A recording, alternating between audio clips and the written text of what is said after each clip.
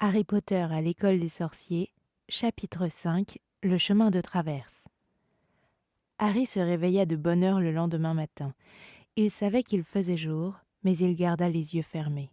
Dans un demi-sommeil, il se demanda s'il n'avait pas rêvé, si le géant nommé Hagrid existait bien, s'il n'allait pas se retrouver dans son placard lorsqu'il ouvrirait les yeux. Il entendit alors frapper des coups forts. « C'est bien ce que je pensais, marmonna-t-il, désespéré. Tout cela n'était qu'un rêve.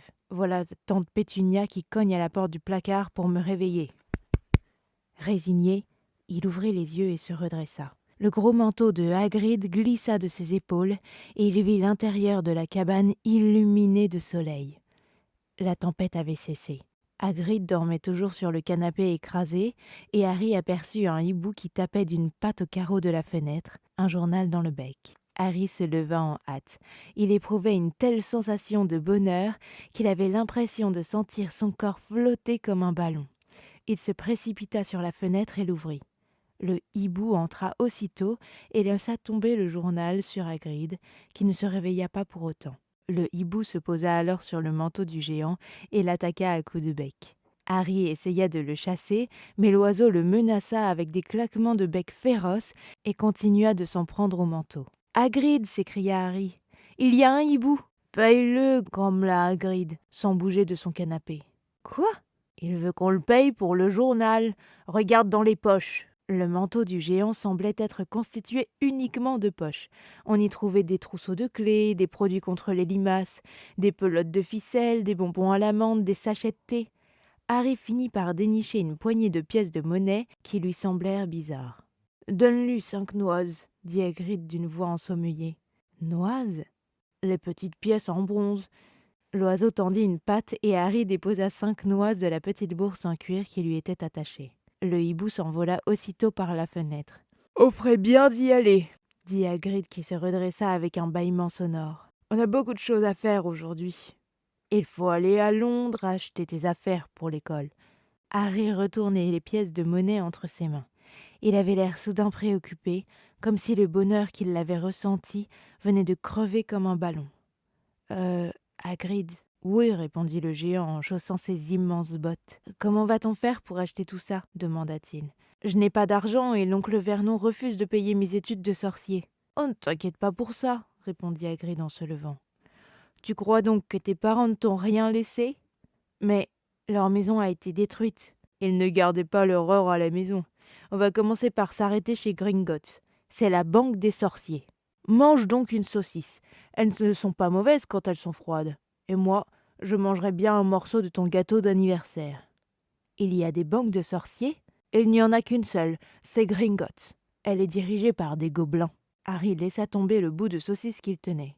« Des gobelins ? » ?»« Oui, et il faudrait être fou pour essayer de leur voler quoi que ce soit. Gringotts est l'endroit le plus sûr du monde. À part Poudlard, peut-être. De toute façon, je dois y passer. Dumbledore m'a demandé d'aller lui chercher quelque chose là-bas. Il me fait confiance pour toutes les missions importantes, assura Hagrid avec fierté. Tu es prêt ? Alors viens. Harry suivit Hagrid hors de la cabane. Le ciel était clair à présent, et la mer étincelait sous le soleil. La barque que l'oncle Vernon avait louée était toujours là, inondée d'eau de pluie. « Comment avez-vous fait pour arriver jusqu'ici ?» demanda Harry en cherchant des yeux une autre embarcation. « En volant, » répondit Hagrid. « En volant ? » ?»« Oui, mais on va revenir en bateau. Maintenant que tu es avec moi, je ne dois plus faire de magie. » Ils s'installèrent dans la barque. Harry observait Hagrid en se demandant comment il pouvait bien s'y prendre pour voler. « C'est quand même un peu idiot de ramer, » dit le géant en lançant à Harry un regard de côté. « Si je m'arrange pour accélérer un peu les choses, tu n'en parleras pas quand tu seras à Poudlard. »« Oh, bien sûr que non, » répondit Harry, qui avait hâte de voir un nouveau tour de magie. Hagrid tapota alors la pointe de son parapluie rose, le bord de la barque, et le bateau fila aussitôt vers le rivage.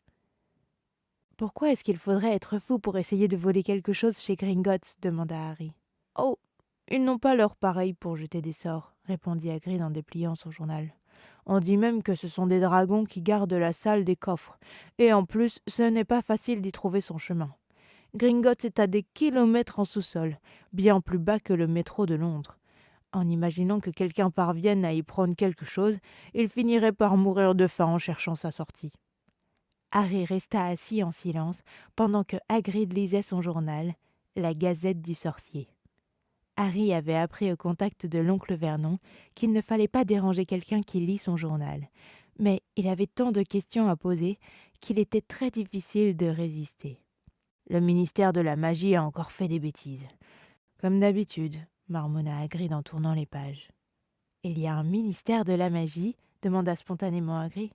Bien sûr, il voulait nommer Dumbledore ministre, mais il ne quitterait Poudlard pour rien au monde. Et c'est ce vieux gâteau de Cornelius Fudge qui a hérité du poste. Un vrai gaffeur, celui-là. Chaque matin, il envoie un hibou à Dumbledore pour lui demander conseil. Et ça sert à quoi un ministère de la magie? Oh, ça sert surtout à garder nos secrets. Il ne faut pas que les Moldus sachent qu'il y a toujours des mages et des sorcières d'un bout à l'autre du pays. Sinon, ils essaieraient de faire appel à nous pour résoudre leurs problèmes. On préfère qu'ils nous laissent tranquilles. À ce moment, le bateau heurta en douceur le quai du port. Hagrid replia son journal et ils montèrent l'escalier de pierre qui menait à la rue. Tout au long du chemin qui conduisait à la gare, les passants se retournaient sur Hagrid. Il était 2 fois plus grand que la moyenne et ne cessait de faire des commentaires à haute voix sur tout ce qu'il voyait. « Regarde ça !» dit-il en montrant des parcs-mètres. « Les Moldus ont vraiment l'esprit tordu pour inventer des trucs pareils. » Il marchait si vite que Harry avait du mal à suivre. « C'est vrai qu'il y a des dragons chez Gringotts ?» demanda-t-il un peu essoufflé. « C'est ce qu'on dit » assura Hagrid. « Sacamidus, j'aimerais bien avoir un dragon. J'en rêve depuis que je suis tout petit. Oh, on est arrivé. » Ils étaient devant la gare et il y avait un train pour Londres 5 minutes plus tard. Hagrid, qui ne comprenait rien à l'argent des Moldus, confia à Harry le soin d'acheter les billets. Dans le train, les passagers ouvraient des yeux ronds en voyant Hagrid. Il occupait 2 sièges à lui tout seul et tricotait quelque chose qui ressemblait à un chapiteau de cirque jaune canari. « Tu as toujours ta lettre, Harry ?» demanda-t-il en comptant les mailles. « Regarde un peu ta liste des fournitures. » Harry prit dans sa poche l'enveloppe en parchemin. Elle contenait une autre feuille qu'il n'avait pas remarquée auparavant. Il lut « Collège Poudlard, école de sorcellerie. Uniforme, liste des vêtements dont les élèves de première année devront obligatoirement être équipés. 1. 3 robes de travail noires, modèle normal. 2. Un chapeau pointu noir. 3. Une paire de gants protecteurs en cuir de dragon ou autre matière semblable. 4. Une cape d'hiver, noire avec attache d'argent. Chaque vêtement devra porter une étiquette indiquant le nom de l'élève. Livre et manuel, chaque élève devra se procurer un exemplaire des ouvrages suivants. Livre des sorts et enchantements niveau 1 de Miranda Fauconnet. Histoire de la magie de Bathilda Tour-de-Sac. Magie théorique de Adalbert Lasornette. Manuel de métamorphose à l'usage des débutants de Émeric G. Changé. 1000 herbes et champignons magiques de Philydia Auguerol.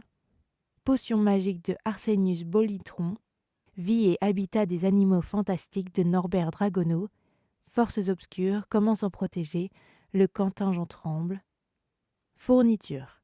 Une baguette magique, un chaudron Mandel standard en étain taille 2, une boîte de fioles en verre ou cristal, un télescope, une balance en cuivre. Les élèves peuvent également emporter un hibou ou un chat ou un crapaud.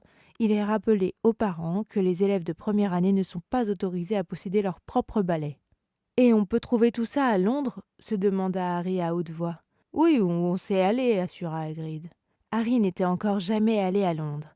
Hagrid semblait connaître son chemin, mais de toute évidence, il n'avait pas l'habitude de se déplacer dans les transports en commun. Il resta coincé dans le portillon automatique du métro et se plaignait d'une voix tonitruante que les sièges étaient trop petits et les rames trop lentes. « Je ne sais pas comment font les Moldus sur la magie, dit-il, tandis qu'ils escaladaient un escalier roulant en panne qui menait à une rue animée, bordée de magasins.